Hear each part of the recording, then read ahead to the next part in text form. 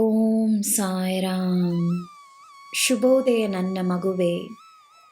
ನಿನ್ನ ಜೊತೆಯೇ ನಾನು ನಿನ್ನ ಕೆಲಸಕ್ಕೆ ಬರುತ್ತಿದ್ದೇನೆ.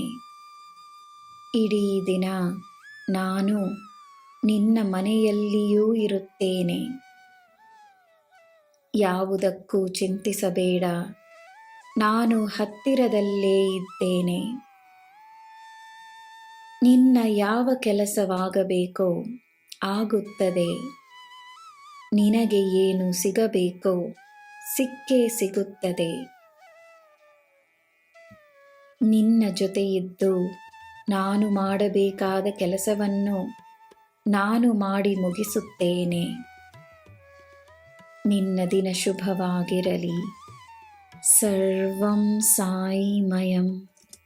ಜೈ ಸಾಯಿರಾಮ್.